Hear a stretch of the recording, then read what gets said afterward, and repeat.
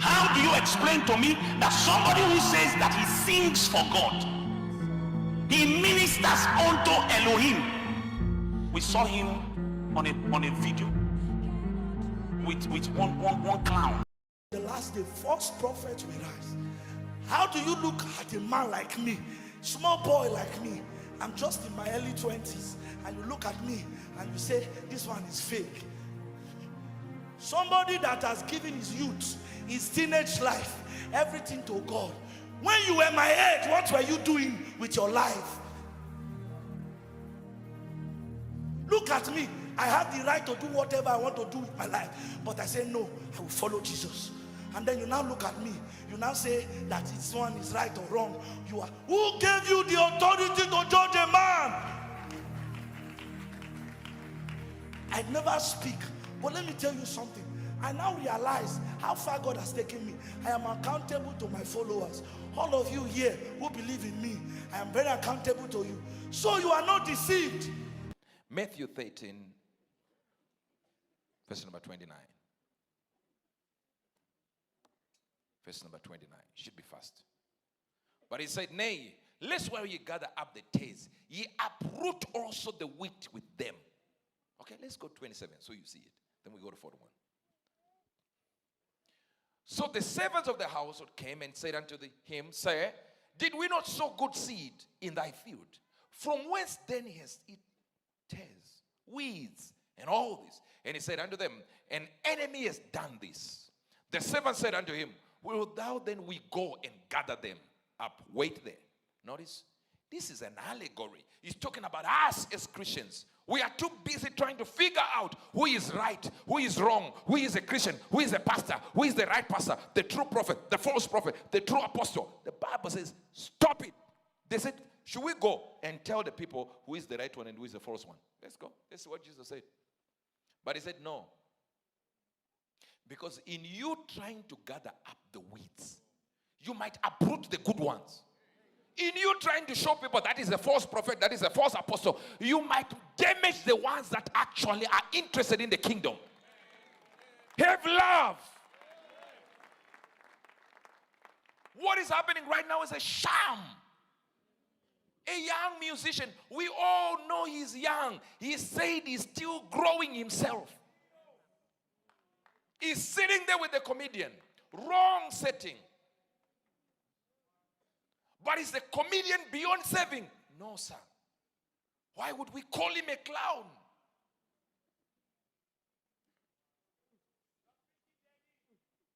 Is the pastor who called him a clown wrong? Maybe on calling him a clown he was wrong. But is what he's saying wrong? No. He's looking at it and thinking, this might not be the right thing. But he's really shunning the young man correct?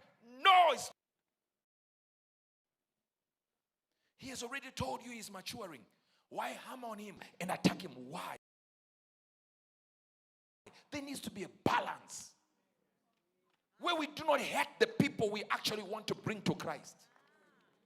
Where even this comedian does not think a man of God can call him a clown. Was he clowning? Maybe yes. That's what comedians do. So is the pastor also wrong to call him a clown? Maybe he was referring to what? To his comic profession. There needs to be a balance where we look at people and say, the Bible is telling us somebody went and has sown tares. That means one person can actually have good and bad in them. Yes, you can say, oh, no, bad fruit can bear good fruit, and no good fruit tree can bear. But yeah, but we know. We fall, we rise. So these are two people. They are in one location.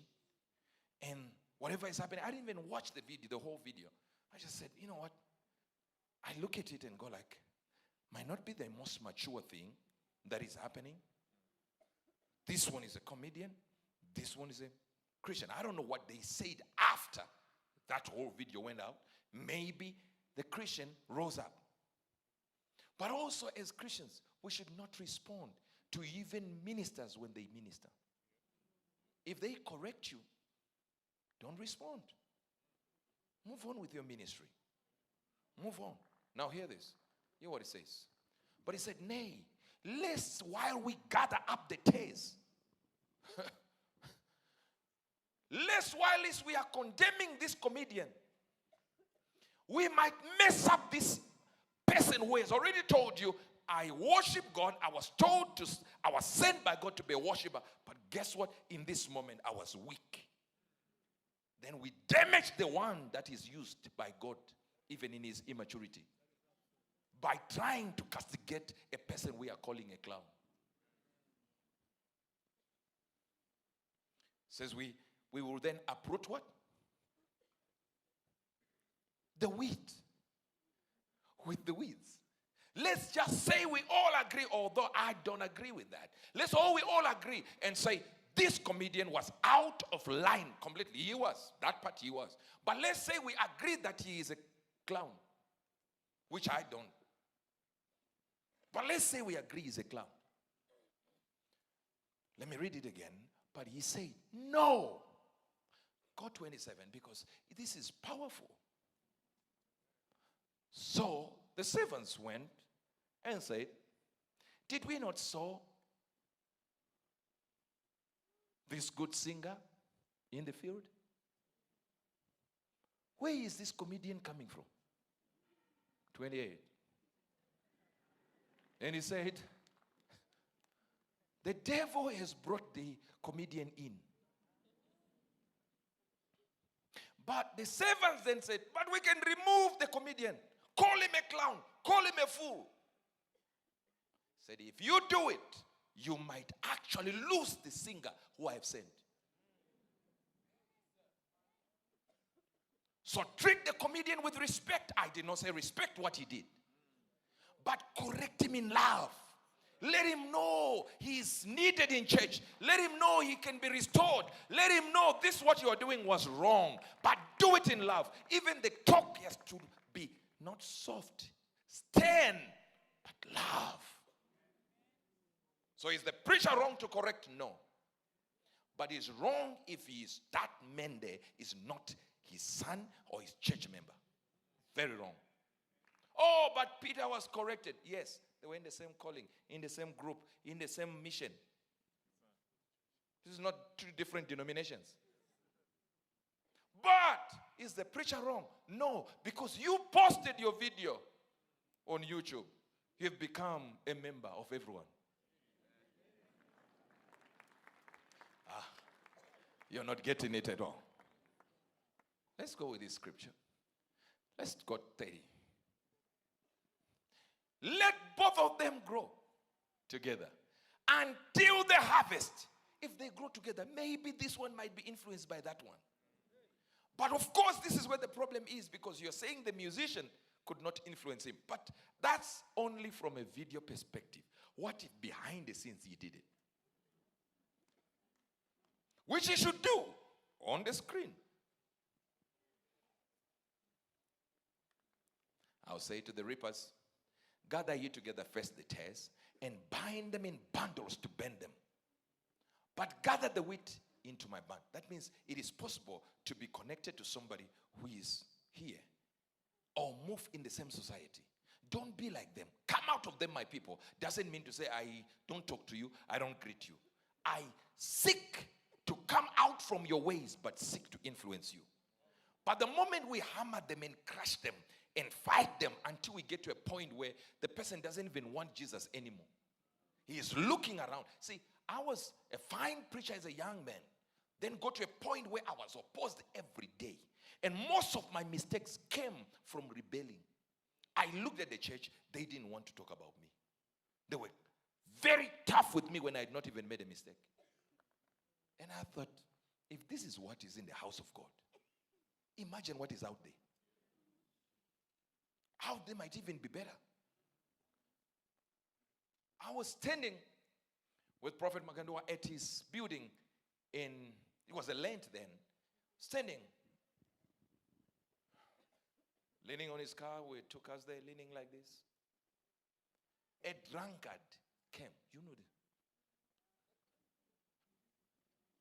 He went past us. He looked back. So,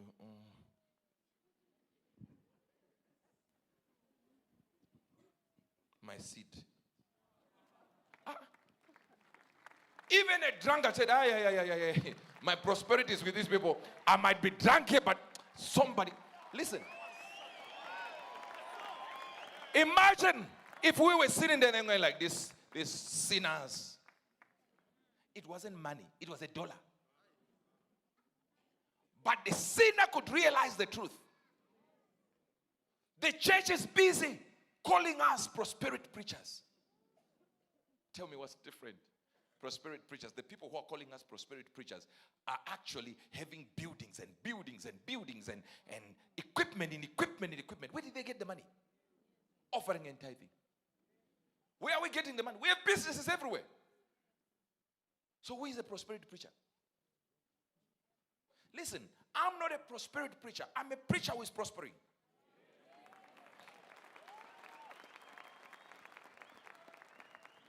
Sit down. Was it not 2 weeks ago when I was talking about I'm going to buy a Rolls Royce and I'm going to do this? Then last week, my son sent a message. I was with somebody. I don't remember who I was with. Said, yeah, this is the money I'm now bringing. Or I just send it to Rolls Royce and they buy the car. Huh? This is last week. A day ago, I wake up, phone. I can give you this amount, or I give you a Rolls Royce. Another one, second. Just yesterday. Now, notice, these are not my church members. 0 miles. So you might think we blinded our church members. No. These are not church members.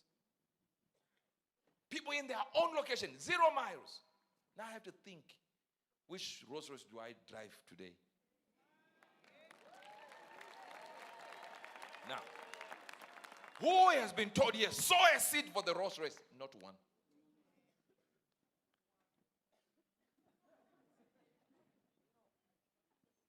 So, am I preaching prosperity? You don't know. Because what happens with people is they take, we have programs here where someone can take just the jokes of Uebert Angel and put them there. And somebody who is stupid only goes to those jokes and says, oh, Uebert Angel is a comedian. Because you cut the wrong part. We have over 2,000 messages on our new app that is coming. Not one is about money. Most of my books are on prayer, not even on prophecy. But if you're stupid and you're given one book on prayer, you say, that's all I preach. One book on money, that's all he preaches. Because you're a dunderhead. Nincompoop.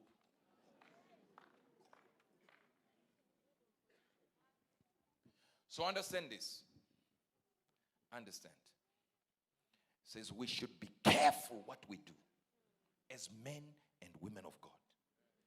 Otherwise, we foster an environment where demons of division will come into the church. Look at Muslims. They oppose each other in private. Oppose one Muslim. Do you know how many denominations they have? Over 72. I know you didn't know. You thought all Muslims believe the same thing. No, over 72. Yes, they even have wars against each other. But they will never come to the public and fight each other. They never. Only in Christianity.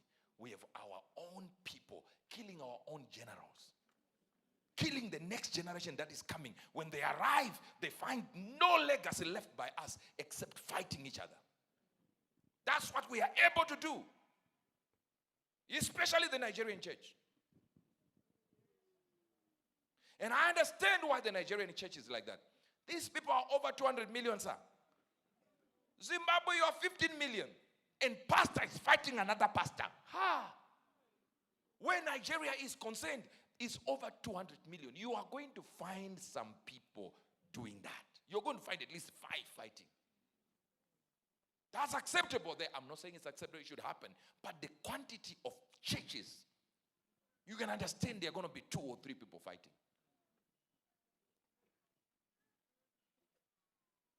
So what did I say? I don't oppose the pastor, but I also don't oppose the musician. He was wrong, but the pastor was also wrong in the intensity of his words. But was he supposed to keep quiet? No. Because if you post your thing on social media, you want everyone to know. That's why I explained to our ministers in the church now, these you musicians, the way you so much want to be seen in this location, in that location, in that location. Minister, I'm ministering. You're not a minister. Just because you're singing, you're not a minister. You are singing. Now I'm minister, so hey!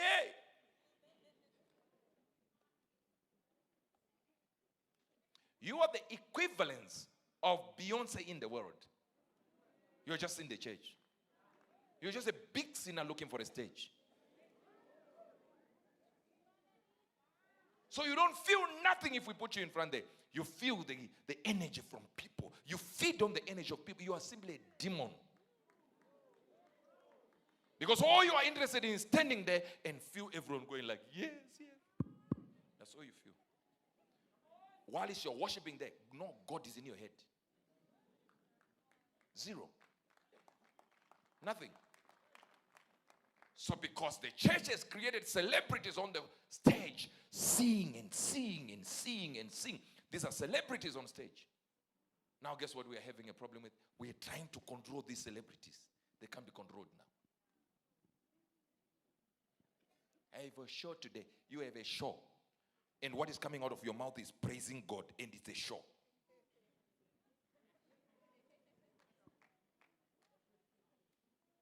Silly.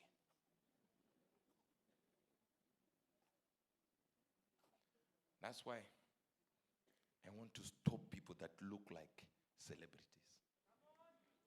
Sit down, listen to the word until the word enters you. That when you stand in front there and you say fire, people go like, the way he's singing, it is different.